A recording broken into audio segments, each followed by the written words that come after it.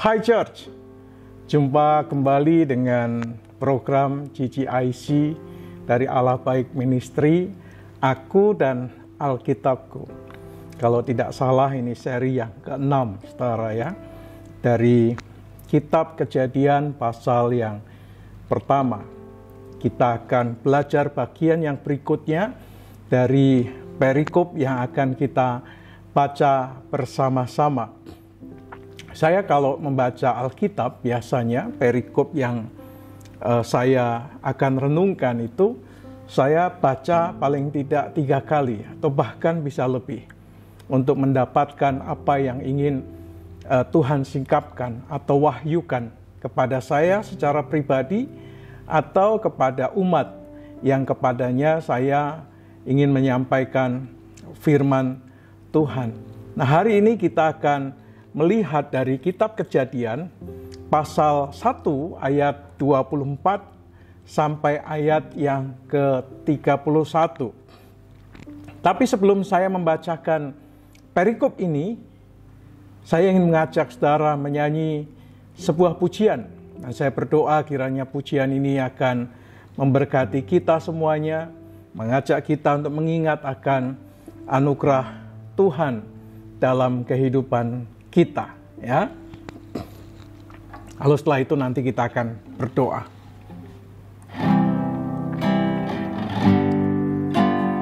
Firman-Mu berkata, Kau besertaku. Firman-Mu berkata, Kau besertaku. Maka kuat roh dan jiwaku. Tangan-Mu Tuhan selalu ku nantikan. Di setiap langkahku percaya, dengan sayap-Mu ku akan terbang tinggi. Di tengah badai hidup ku tak menyerah. Kau kekuatan dan perlindungan bagiku, pertolonganku di tempat maha tinggi. Ku mengangkat tanganku, aku berserah. Kau kekuatan dan perlindungan bagiku, kajaku. Firman-Mu berkata, Kau besertaku. Firman-Mu berkata, Kau besertaku. Maka kuat roh dan jiwaku. Tangan-Mu Tuhan selalu ku nantikan. Di setiap langkahku percaya, dengan sayap-Mu ku akan terbang tinggi. Di tengah badai hidup ku tak menyerah. Kau kekuatan dan perlindungan bagiku, pertolonganku di tempat maha tinggi. Ku mengangkat tanganku, aku berserah. Kau ku nantikan, Kau yang ku sembah, Yesusku, Rajaku. Dengan sayap-Mu, sayap-Mu ku akan terbang tinggi.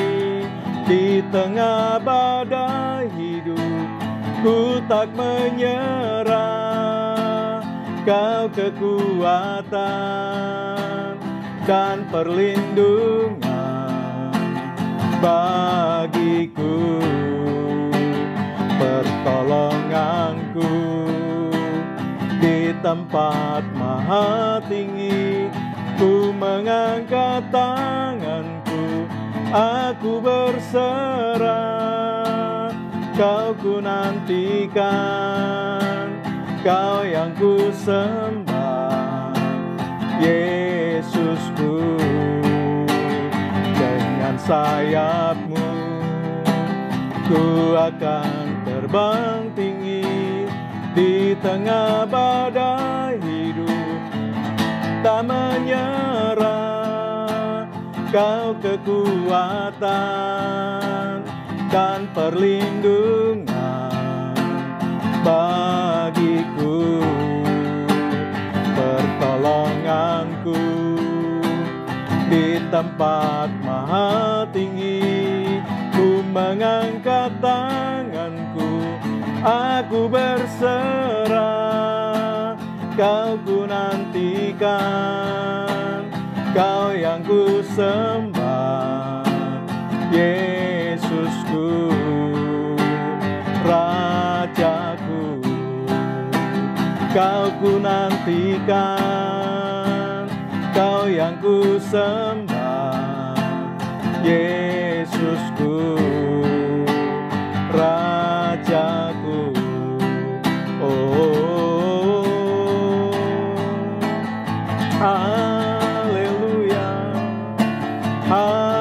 haleluya, haleluya. Engkau kekuatan kami, Engkau sumber berkat hidup kami. Haleluya, haleluya, haleluya. Syukur bagimu, Allah yang ajaib. Terima kasih buat anugerah-Mu. Terima kasih buat kasih setia-Mu, oh Yesus. Haleluya, haleluya, haleluya, haleluya.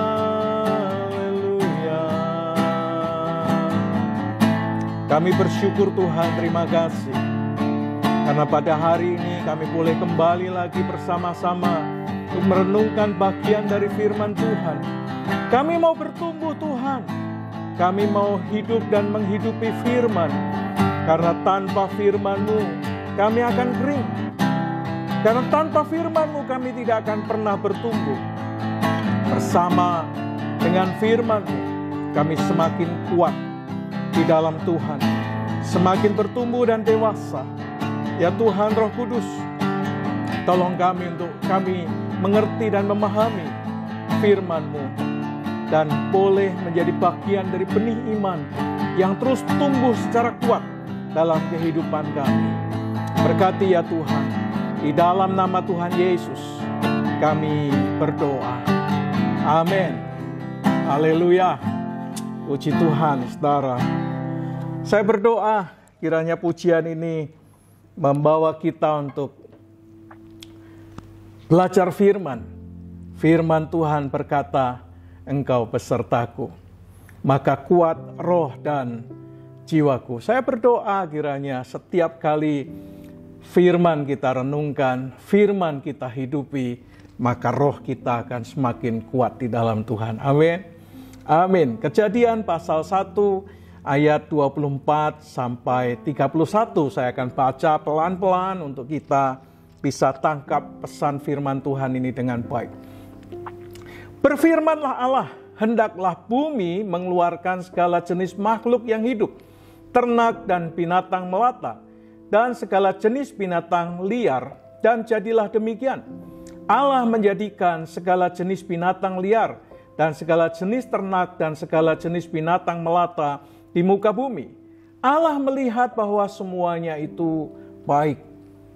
Berfirmanlah Allah, baiklah kita menjadikan manusia menurut gambar dan rupa kita, supaya mereka berkuasa atas ikan-ikan di laut, dan burung-burung di udara, dan atas ternak, dan atas seluruh bumi, dan atas segala binatang melata yang merayap di bumi. Maka Allah menciptakan manusia itu menurut gambarnya. Menurut gambar Allah diciptakannya dia, laki-laki dan perempuan diciptakannya mereka. Allah memberkati mereka. Lalu Allah berfirman kepada mereka, beranak cuculah dan bertambah banyak. Penuhilah bumi dan taklukkanlah itu. Berkuasalah atas ikan-ikan di laut dan burung-burung di udara dan atas segala binatang yang merayap di bumi.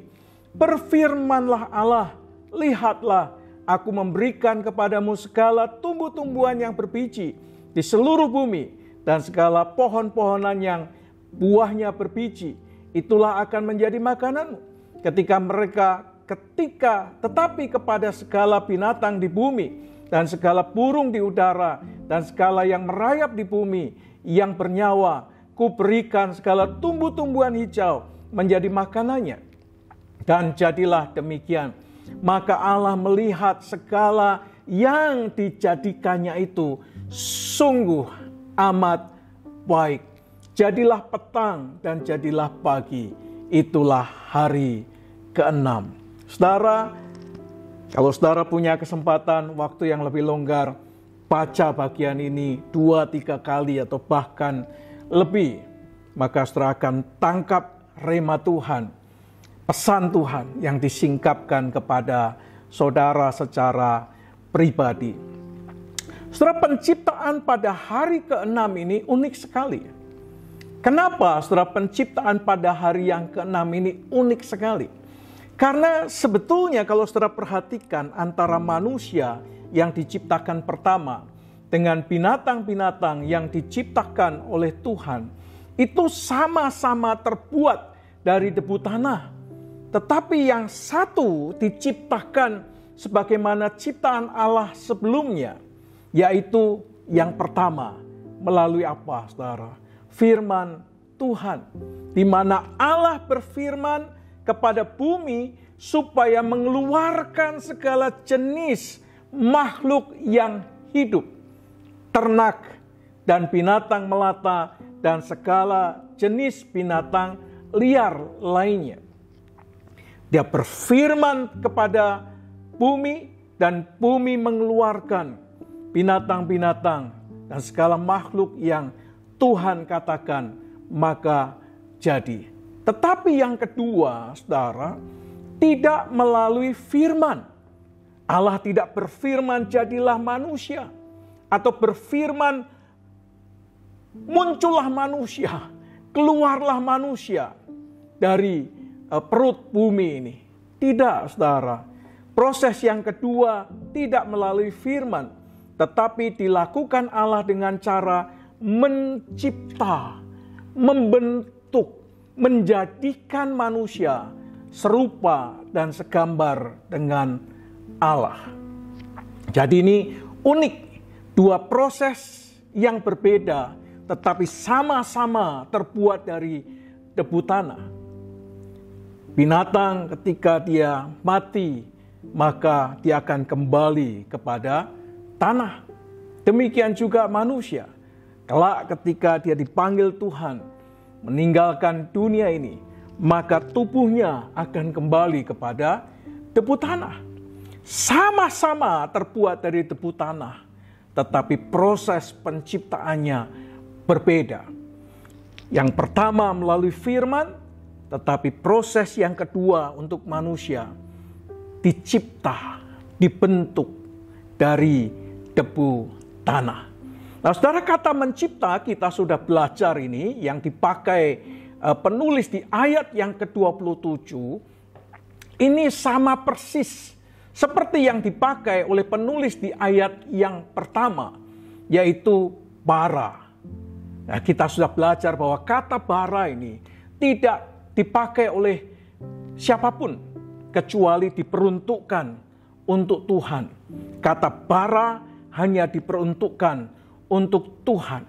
Nah, tentu kita masih ingat bahwa kata ini sebetulnya hanya dipakai untuk Allah. Saya berharap saudara yang mengikuti seri Aku dan Alkitabku ini masih mengingat dengan baik.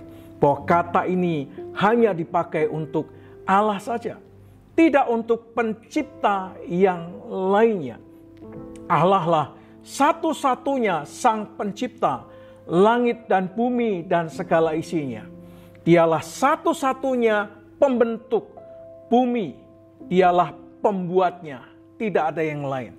Oleh karena itu kata bara hanya ditujukan kepada Allah saja.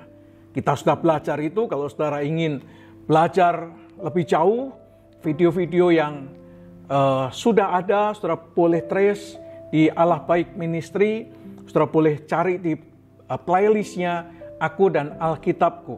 Sudah ada 5 seri yang sebelumnya saudara bisa ikuti. Saya berdoa kita akan bersama-sama belajar dan kita tumbuh bersama-sama di dalam Tuhan. Kalau saudara lihat Yesaya 45 ayat 18, dikatakan demikian saudara. Sebab beginilah firman Tuhan yang menciptakan langit. Yang menciptakan langit. Dialah Allah yang membentuk bumi, kata Yesaya pasal 45. Dan menjadikannya, yang menegakkannya. Dan ia menciptakannya bukan supaya kosong, tetapi ia membentuknya untuk didiami. Akulah Tuhan, tidak ada yang lain. Ditegaskan oleh Nabi Yesaya, tidak ada yang menciptakan langit dan bumi kecuali Allah sendiri, tidak ada yang lain. Nah, kalau kita gali saudara kata bara ini dengan baik-baik, saudara perhatikan huruf demi huruf, maka sebetulnya kata bara di dalamnya itu terdiri dari 3 huruf Ibrani. Yang pertama adalah bet, yang kedua res, yang ketiga alef. Kata alef dipakai 2 kali, bet, alef, res, alef. Jadi di dalam kata bara itu ada 3 huruf. Yang pertama adalah bet. Saudara, kalau saudara belajar huruf Ibrani, huruf kedua yang dikenal dengan nama bet ini, itu berarti rumah sebetulnya. Oleh karena itu ada bet lehem. Ya, rumah roti atau rumah daging. Bet lehem. Bet itu rumah, lehem, roti, daging atau yang lainnya. Ada misalnya Bet-el, El Allah, Bet itu rumah. Jadi Bet-el berarti rumah Allah. Demikian juga huruf-huruf yang lain yang di dalamnya terkandung huruf Bet, maka di dalamnya pasti ada arti rumah karena kata Bet, huruf kedua aksara Ibrani ini berarti rumah. Saudara, nampaknya arti dari huruf ini itu diturunkan dari gambarnya. Karena gambar dari huruf Bet ini atau huruf kedua ini nampak seperti gambar rumah yang ada pelatarannya. Ini yang pertama, bet. Yang kedua adalah res. Nah, res ini adalah huruf yang ke-20 sebetulnya. Ya, kata bara ya. Res, huruf ke-20 aksara Ibrani, ini berarti kepala, saudara. Nah, secara huruf ini melambangkan angka 200. Angka 200. Huruf res secara singkatan dapat merujuk pada rabi atau kepada konstruksi atau konstruksi ya saudara ya. Jadi huruf res yang artinya kepala itu juga bisa berarti rabi atau konstruksi. Yang ketiga, alef. Nah, huruf pertama dari aksara Ibrani berarti sapi atau lembu. Aluf atau alef ini artinya lembu. Karena seperti ekor lembu. Oleh karena itu identik dengan lembu.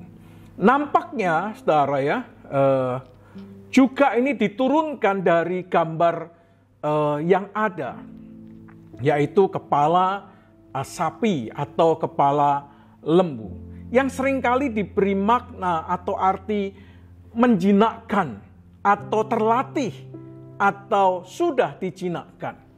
Jadi inilah 3 huruf dari huruf atau kata bara. Yang pertama bet, resh, dan alef. Yang pertama berarti rumah, yang kedua bisa berarti rabi atau konstruksi, yang ketiga bisa berarti menjinakkan, terlatih, atau sudah dijinakkan. Nah, dengan demikian saudara, kata mencipta itu di dalamnya terkandung 1 bangunan. Yang kedua terkandung konstruksi atau konstruksi di dalamnya. Dan yang ketiga mengandung makna sudah dijinakkan atau sudah dikuasai. Nah, saudara, itulah yang dilakukan oleh Allah sebetulnya ketika Dia menciptakan dengan ide atau inovasi yang merupakan penemuan awal dari sesuatu yang tidak ada menjadi ada. Dialah arsitek tunggal. Dia juga tukang bangunannya. Dia juga yang menguasai dari semua yang telah diciptakannya sesuai dengan apa yang diperintahkan dan jadi, maka semua ciptaannya tunduk kepadanya. Jadi di dalam kata bara itu menunjukkan minta maaf. Di dalam kata bara itu terkandung Tuhanlah arsiteknya. Dialah desainnya. Dialah yang mendesain semuanya. Tetapi Dia juga adalah tukang bangunannya, yang membentuk, yang menciptakan, yang membuatnya. Dan Dia juga yang menguasainya. Di mana seluruh ciptaan yang telah diciptakannya itu harus tunduk kepadanya. Jadi di dalam kata bara itu terkandung Tuhanlah arsiteknya. Tuhanlah tukang bangunannya. Dan yang ketiga, kepada Tuhan saja semua ciptaannya itu harus tunduk, saudara. Wow, bukankah sesuatu yang luar biasa, saudara? Kalau kita belajar kata bara ini, sangat luar biasa.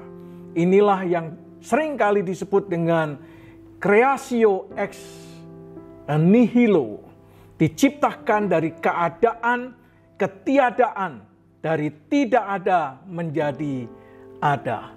Saudara, jadi ketika saudara dan saya mendengar, membaca Alkitab, membaca firman Tuhan, mendengar firman Tuhan, maka sebetulnya saudara dan saya sedang mendengar Allah, sedang berjumpa dengan Allah. Karena firman itu adalah Allah sendiri. Amin. Di dalam kata penciptaan, maka di dalamnya kita bisa memahami Allah lah arsitek tunggalnya. Allah lah tukang bangunannya. Dan kepada Allah semua ciptaan itu harus tunduk. Wow, luar biasa bukan? Yang kedua, saudara, dikatakan segambar dan serupa dengan Allah.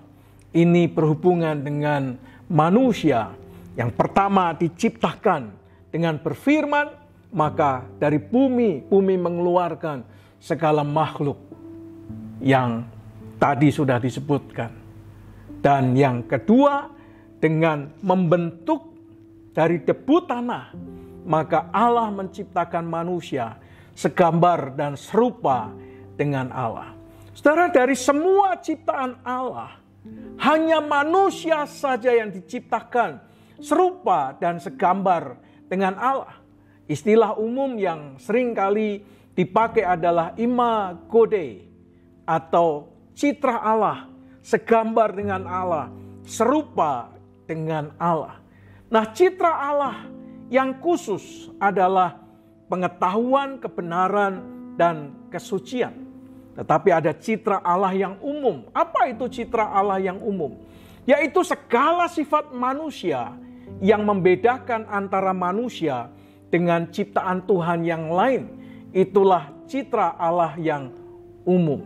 Supaya ada perbedaan antara manusia dengan binatang, manusia dengan ciptaan Tuhan yang lainnya. Karena manusia diberi sifat yang berbeda, diberi karakteristik yang berbeda.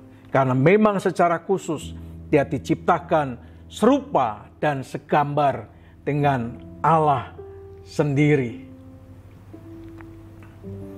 Sungguh sangat istimewa sebetulnya ketika kita melihat manusia ini. Sangat istimewa sekali. Kenapa? Karena ketika Allah menciptakan manusia, di dalam dirinya ada citra Allah yang sangat istimewa, yaitu pengetahuan, yaitu tentang kebenaran, dan di dalamnya juga terkandung kesucian. Pengetahuan ini bicara tentang pengetahuan yang baik, pengetahuan yang bersumber dari Allah. Kebenaran ini bicara tentang hanya hidup sesuai dengan kebenaran firman Tuhan. Hanya hidup sesuai dengan apa yang Tuhan perintahkan. Kesucian itu berarti Tuhan menempatkan di dalam diri manusia hidup tanpa dosa sebetulnya. Hidup di dalam kesucian, hidup di dalam kekudusan. Saudara, inilah citra Allah sebelum rusak dan dirusak oleh dosa.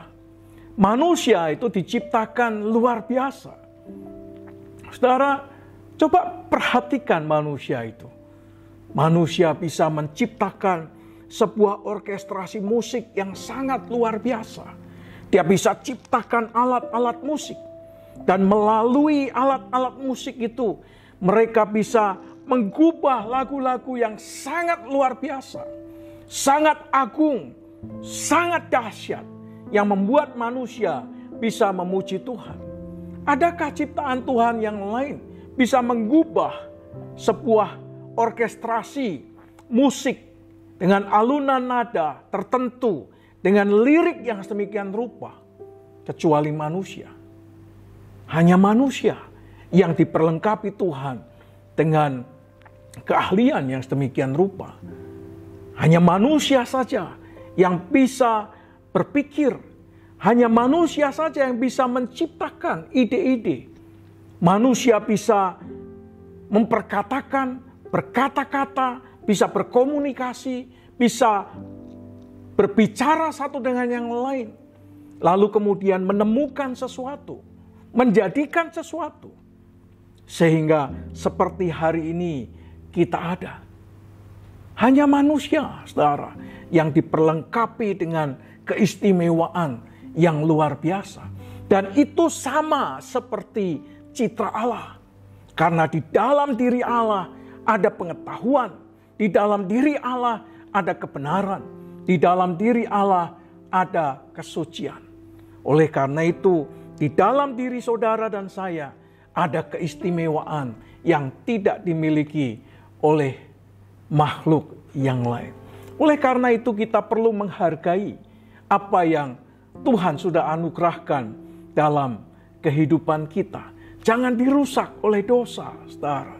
Jangan dirusak oleh niat jahat. Jangan dirusak oleh kuasa-kuasa kegelapan. Sehingga citra Allah yang sedemikian luar biasa yang ditaruhkan dalam diri saudara dan saya tidak rusak, tetapi boleh dipakai bagi kemuliaan nama Tuhan. Pikiran saudara, apa yang ada di dalam diisi otak kita, bisa kita pakai untuk kemuliaan Tuhan. Ide, kreativitas, daya cipta, dan sebagainya bisa kita gunakan untuk kemuliaan Tuhan. Melalui suara kita bisa mengagungkan Tuhan. Melalui talenta, melalui karunia, melalui kedua tangan dan kaki kita, melalui mulut, mata, dan telinga kita bisa pakai bagi kemuliaan nama Tuhan. Amin. Di dalam diri saudara ada citra Allah. Saudara dan saya dibedakan oleh Allah. Di dalam diri saudara ada citra Allah, ada pengetahuan, ada kebenaran, ada kekudusan, kesucian. Tuhan ingin saudara dan saya adalah sebagai makhluk yang suci, yang kudus, yang tak bercacat celah. Jangan izinkan hidupmu dirusak oleh dosa. Jangan izinkan hidupmu dirusak oleh kuasa kegelapan. Dan yang ketiga adalah sungguh amat baik, saudara. Pernyataan Allah ini sangat penting untuk kita pahami ketika dia mengatakan sungguh amat baik. Ketika dia berkata sungguh amat baik, itu bukan saja berarti memuaskan, bukan hanya berarti membahagiakan, bukan hanya berarti itu menyenangkan dan menggembirakan, hasil ciptaan yang menggembirakan. Tetapi saudara, di dalam pernyataan sungguh amat baik ini, itu terkandung deklarasi penting sebetulnya. Allah sedang mendeklarasikan, yaitu bahwa semua yang diciptakan oleh Tuhan itu sempurna. Semua yang diciptakan oleh Tuhan itu sempurna. Tidak ada kejahatan di dalamnya. Tidak ada dosa di dalamnya. Oleh karena itu Tuhan mengatakan sungguh amat baik. Bukan hanya membuat Allah puas, tetapi itu sebuah deklarasi yang hendak menyatakan bahwa saudara dan saya ini diciptakan sempurna. Tidak ada kejahatan di dalamnya. Tidak ada dosa di dalamnya. Saudara, dan inilah yang menjadi hakikat Allah yang sesungguhnya. Tidak seperti yang digambarkan oleh beberapa penafsir yang memisahkan antara karakter Allah di Perjanjian Lama dan karakter Allah di Perjanjian Baru. Di Perjanjian Lama, Allah dikenal sebagai Allah yang murka. Allah yang suka menghukum. Tetapi di Perjanjian Baru, Allah digambarkan sebagai Allah yang baik, Allah yang pemurah, Allah yang pengampun, Allah yang penuh kasih. Saudara, kita melihat Allah seharusnya utuh. Memang Allah merindukan sesuatu yang baik, bukan sesuatu yang tidak baik. Saudara, penulis Ibrani mengatakan bahwa Allah dari dulu, sekarang, dan yang akan datang itu tetap sama, saudara. Dia tidak pernah berubah. Allah tidak pernah berubah. Dalam dirinya tidak ada kejahatan. Di dalam dirinya tidak ada dosa. Di dalam dirinya adanya kesempurnaan, saudara. Oleh karena itu hal ini sangat jelas. Seperti yang digambarkan di dalam Alkitab. Allah tidak pernah mereka-rekakan yang jahat kepada umatnya. Ini berarti bahwa tidak ada maksud jahat di dalam diri Allah. Allah tidak pernah menyembunyikan maksud jahat di balik kebaikan yang Dia tunjukkan kepada saudara dan saya. Tidak ada niat buruk di balik kebaikan yang Dia berikan kepada saudara dan saya. Tidak seperti kita, bukan? Seringkali kita melakukan kebaikan, tetapi di baliknya ada niat, ada moral hasrat, ada sesuatu yang tidak baik terkandung di dalamnya, ada pamrihnya di dalamnya. Tidak demikian dengan Allah. Tidak ada maksud buruk di balik semua anugerah yang Tuhan berikan kepada setiap kita. Oleh karena itu, Allah pasti tidak berbeda, baik di dalam Perjanjian Lama maupun Perjanjian Baru. Karena Dia adalah Allah yang sama. The same God. Allah yang sama. Bukan Allah yang berbeda. Sehingga punya karakter yang berbeda antara PL dan PB. Tidak, saudara. Tetap Dia adalah Allah yang sempurna. Yang di dalamnya tidak ada kejahatan. Yang di dalamnya tidak ada dosa. Kalau saudara baca Roma 8 ayat yang ke-28, di sana dikatakan, kita tahu sekarang bahwa Allah turut bekerja dalam segala sesuatu untuk mendatangkan kebaikan bagi mereka yang mengasihi Dia, yaitu bagi mereka yang terpanggil sesuai dengan rencana Allah. Saudara, tidak ada maksud jahat di dalam diri Allah. Tidak ada maksud yang buruk. dalam setiap anugerah yang Dia berikan. Karena segala sesuatu yang Dia kerjakan adalah bagi kebaikan kepada mereka yang mengasihi Dia, yang terpanggil sesuai dengan rencana Allah. Saudara dan saya diciptakan oleh Tuhan sungguh amat baik. Karena Dia rindu di dalam diri saudara dan saya, apa yang Dia ciptakan itu sempurna. Tidak ada kejahatan dan tidak ada dosa di dalamnya. Saya berdoa, saudara, dengan belajar firman Tuhan ini, kita mengerti bahwa Dialah arsitek tunggal, Dialah tukang bangunannya, dan kepadanya saja kita harus tunduk. Kita diciptakan sesuai dengan citra Allah. Kita dibedakan dengan makhluk yang lain. Dan di dalam diri kita ada citra Allah, ada pengetahuan, ada kebenaran, ada kekudusan. Dan Tuhan tidak pernah mereka-rekakan yang buruk dalam kehidupan kita. Semua kebaikan yang Dia berikan, semua anugerah yang Dia tunjukkan adalah sungguh-sungguh demi kebaikan kita. Tidak ada maksud jahat di baliknya. Percayalah saudara, Tuhan yang kita sembah di dalam nama Yesus adalah Tuhan yang mengasihi kita. Amin. Amin. Puji Tuhan. Saya berdoa saudara dan saya adalah orang-orang yang hidup sesuai dengan citra Allah. Saya berdoa dalam perjalanan hidup kita, kita menyadari Dia Tuhan yang ajaib, Dia Tuhan yang murah hati yang akan memelihara kehidupan kita. Amin. Satu pujian terakhir sebelum kita menutup sesi aku dan Alkitabku ini. Ku tahu Bapa peliharaku. Ku tahu Bapa peliharaku. Dia baik bagi kita, saudara. Ku tahu Bapa peliharaku. Dia baik, Dia baik. Ku yakin Dia selalu sertaku. Dia baik bagiku. Ku tahu Bapa peliharaku. Ku Bapa peliharaku. Dia baik, Dia baik. Ku yakin Dia selalu sertaku. Dia baik bagiku. Lewat badai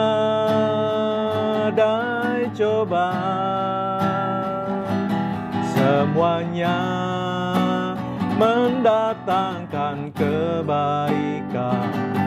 Ku tahu Bapa peliharaku. Dia baik bagiku. Lewat badai cobaan, lewat badai cobaan, semuanya mendatangkan kebaikan. Ku tahu Bapa peliharaku. Dia baik bagiku. Lewat badai cobaan, lewat badai cobaan, semuanya mendatangkan kebaikan. Ku tahu Bapa peliharaku. Dia baik bagiku. Saudara, Allah menciptakan kita sesuai dengan citra dan gambarnya, serupa dengan Allah. Oleh karena itulah kita dibedakan dengan makhluk yang lain. Oleh karena itulah kita diberi pengetahuan, kita diberi kebenaran. dan kita diberi kekudusan. Tuhan ingin kita hidup sesuai dengan apa yang Tuhan kehendaki. Saudara, orang-orang yang hidup sesuai dengan apa yang Tuhan kehendaki, Dia berjanji untuk memberkati kita. Dia berjanji untuk menggenapi firman-Nya. Oleh karena itu percayalah, kalau kita adalah pribadi-pribadi yang hidup seperti apa yang Tuhan kehendaki, maka Dia akan menjadi seperti Bapa kita. Dan Dia sungguh-sungguh adalah Bapa kita yang memelihara kehidupan kita. Apapun badai cobaannya kita hadapi, Dia akan tetap menjadi Bapa yang memelihara kehidupan kita. Amin. Amin. Mari kita berdoa. Terima kasih Tuhan, kami bersyukur. Terpujilah nama-Mu. Kami adalah ciptaan Tuhan yang istimewa. Karena di dalam diri kami ada citra Allah, ada pengetahuan, ada kebenaran, ada kekudusan. Untuk kami boleh menghargainya, menjadi ciptaan Allah seperti yang Tuhan kehendaki. Kami percaya ketika kami hidup seperti apa yang Tuhan kehendaki, kami ada dalam pemeliharaan Tuhan yang sempurna. Memelihara kami, sekalipun melalui badai cobaan yang mungkin tidak mudah untuk kami atasi, tetapi Engkau tetap Bapa yang memelihara kami. Terima kasih ya Tuhan, kami bersyukur. Di dalam nama Tuhan Yesus kami berdoa. Amin. Puji Tuhan. Sampai ketemu di program Aku dan Alkitabku minggu depan. You are blessed.